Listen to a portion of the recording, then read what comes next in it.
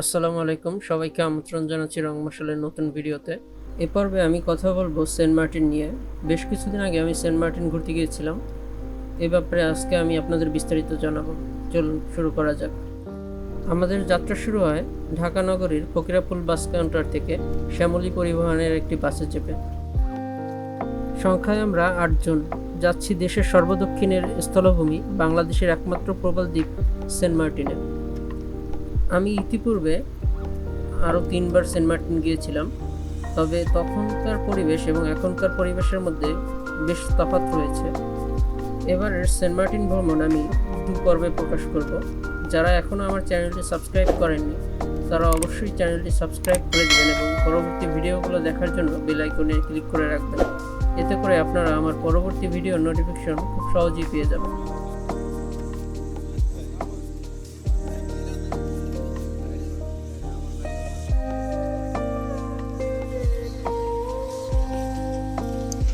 আমরা বাস থেকে নামছি সকাল 5টার সময়। তো বাস থেকে নামার পর একটা হোটেলে অবস্থান করছিলাম কিছুক্ষণ। এখন কেয়ারি সিন্দাবাদের ঘাটের দিক যাচ্ছি। আগে আমাদের টিকিট কাটা ছিল, এখন বর্তমানে টিকিট প্রাইস ওপেন ডেক 1300 টাকা করে নিচ্ছে। আমরা ঢাকা থেকে টিকিট কেটে নিয়েছিলাম আগেই, তবে যাত্রী চাপ অনেকটা কম মনে হচ্ছে, কারণ হচ্ছে এখন সিজনের প্রায় শেষের দিক। তো ঘাটে আসার পর বাইরের অস্থায়ী কাউন্টারে জিজ্ঞেস করার পর জানতে পারি টিকিট 1000 টাকার মধ্যেও পাওয়া যায় ওপেন ডেকের।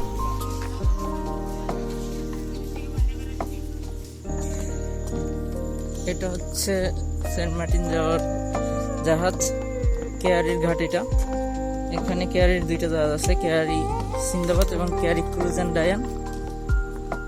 সামনে যে নদীটা দেখা যাচ্ছে এটা নাফ নদী, এটা সাগরের সাথে মিলিত হয়েছে কিছু দূর। যে ওপারে কিছুটা অংশ বাংলাদেশের আছে, এখন ওই চরের পরবর্তী যে অংশ সেটা হচ্ছে মিয়ানমারের অন্তর্গত।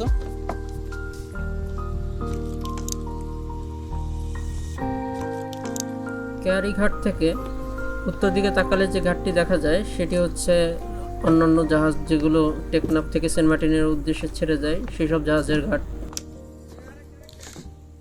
এখন সকাল 7টা বেজে গেছে, নদীতে এখন ভাটা চলছে। প্রতি সিজনে কেয়ারি কোম্পানির 2টি জাহাজ নিয়মিত টেকনাফ ও সেন্ট মার্টিন রুটে চলাচল করে থাকে। আসন ভেদে ভাড়ার পরিমাণ 1000 টাকা থেকে 1600 টাকা পর্যন্ত হয়ে থাকে।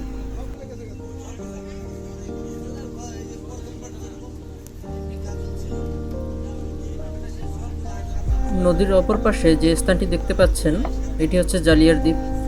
এই দ্বীপে গড়ে উঠছে ট্যুরিজম পার্ক। এতে বিনিয়োগ করছে থাইল্যান্ডের একটি বিখ্যাত কোম্পানি। কোম্পানিটি 50 কোটি মার্কিন ডলার বিনিয়োগ করবে এখানে।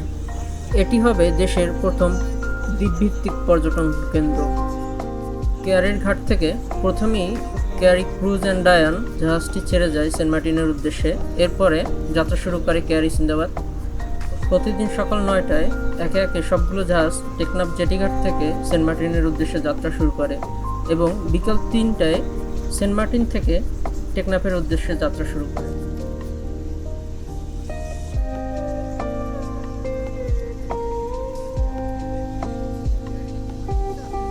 আমাদের জাহাজও ধীরে ধীরে চলতে শুরু করে সেন্ট মার্টিনের উদ্দেশ্যে। নাফ নদী পেরিয়ে সাগরের মোহনা, তারপরে হচ্ছে সেন্ট মার্টিন দ্বীপ। নাফ নদীর সাথে গাংচিলের সম্পর্ক বেশ পুরনো। জাহাজের সাথে সাথে গাংচিলগুলো জাহাজের পাশাপাশি উঠতে থাকে। পর্যটকরা চিপসের প্যাকেট থেকে চিপস নিয়ে তাদের দিক ছুঁড়ে মারে, আর তারা বিভিন্ন অ্যাক্রোব্যাটিক স্টাইলে খাবারগুলো লুফে নেয়। আপনাদের মধ্যে অনেকেই আছেন যারা নিয়মিত আমার চ্যানেলে ভিডিও দেখে থাকেন, অথবা যারা নতুন আমার চ্যানেলে ভিডিও উপভোগ করছেন তারা অবশ্যই চ্যানেলটি সাবস্ক্রাইব করে দেবেন এবং পাশে থাকা বেল আইকনটি ক্লিক করে দেবেন, যাতে করে পরবর্তী ভিডিওর নোটিফিকেশনগুলো খুব সহজেই পেয়ে যান।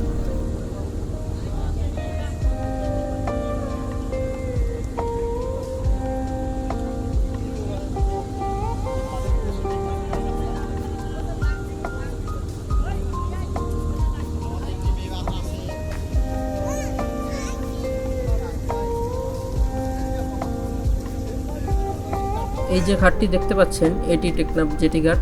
এখানে মিয়ানমার থেকে পণ্য বোঝাই করা জাহাজ এসে ভিড়ে বিভিন্ন রকম পণ্য আমদানি রপ্তানি হয় এই ঘাট থেকে।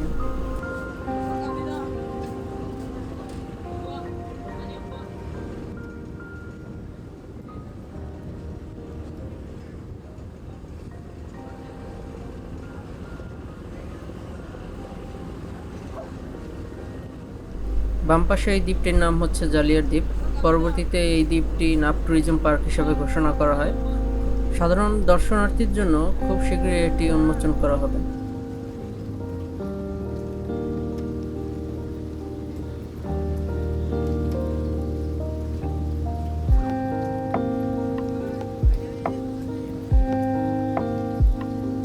টেকনাফ জেটিঘাট থেকে সেন্ট মার্টিনের দূরত্ব প্রায় 34 কিলোমিটার। টেকনাফ থেকে সেন্ট মার্টিনে যেতে প্রায় 2.5 থেকে 3 ঘন্টা সময় লাগে।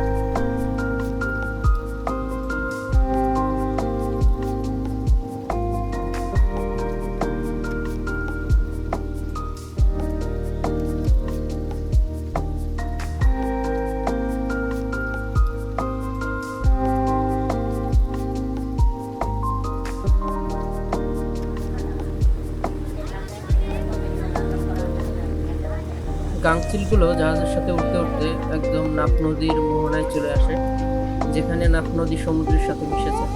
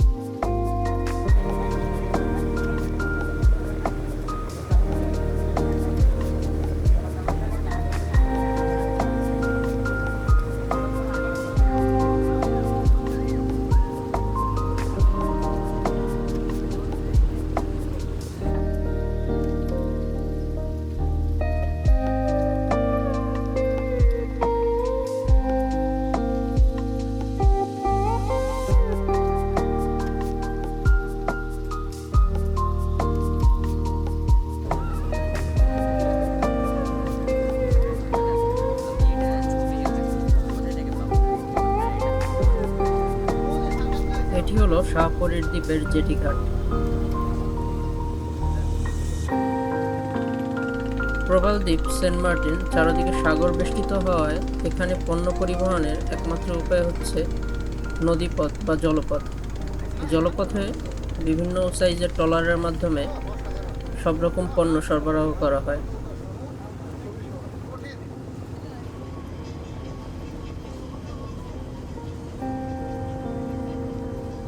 যেতে যেতে আমরা দেখতে পেলাম শাহপরীর দ্বীপের একদম শেষ মাথায় ড্রেজার দিয়ে খনন করা হচ্ছে।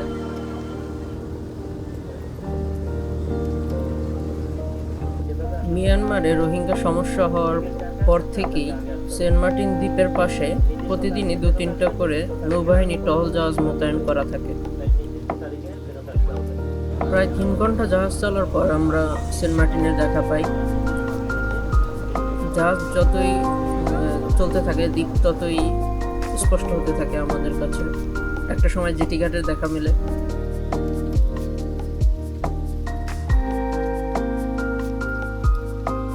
টেকনাফ থেকে সবগুলো জাহাজ একই সময় ছেড়ে আসার কারণে আগে পরে ভেড়ে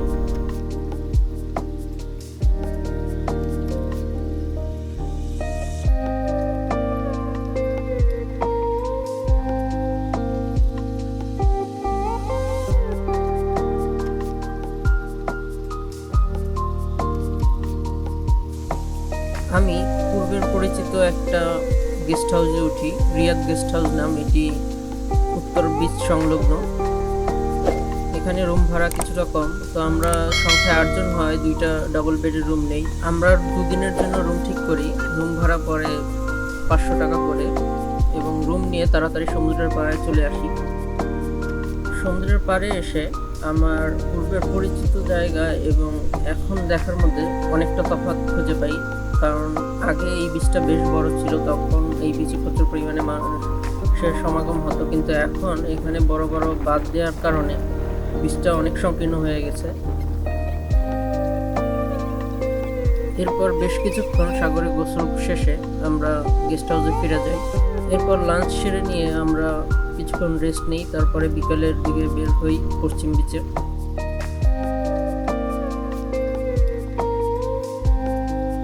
সেন্ট মার্টিন বাংলাদেশের একমাত্র প্রবল দ্বীপ এবং প্রাকৃতিক সৌন্দর্যে ভরপুর একটি জায়গা, কিন্তু এখন প্রচুর পরিমাণে পর্যটকের কারণে এই দ্বীপের সৌন্দর্য হারাতে বসেছে। সেন্ট মার্টিনের পশ্চিম সী বিচে সূর্য অস্ত যাওয়ার মুখে। এখন অফ সিজন হয়, মানুষ কিছুটা কম মনে হচ্ছে। আর পশ্চিম বিচের রিসোর্টগুলো বেশ সুন্দর, একদম লাগোয়া সি বিচ।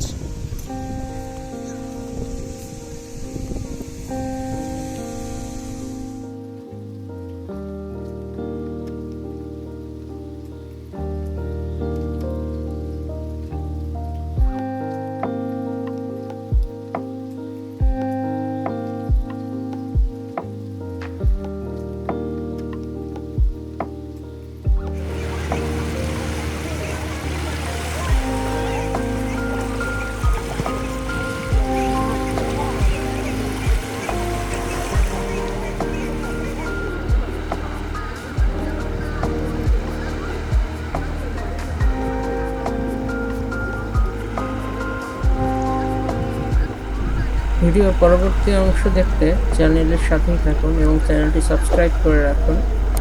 খুব শীঘ্রই দ্বিতীয় পর্ব নিয়ে হাজির হচ্ছি। সবাইকে ধন্যবাদ ভিডিওটি এতক্ষণ ধরে উপভোগ করার জন্য।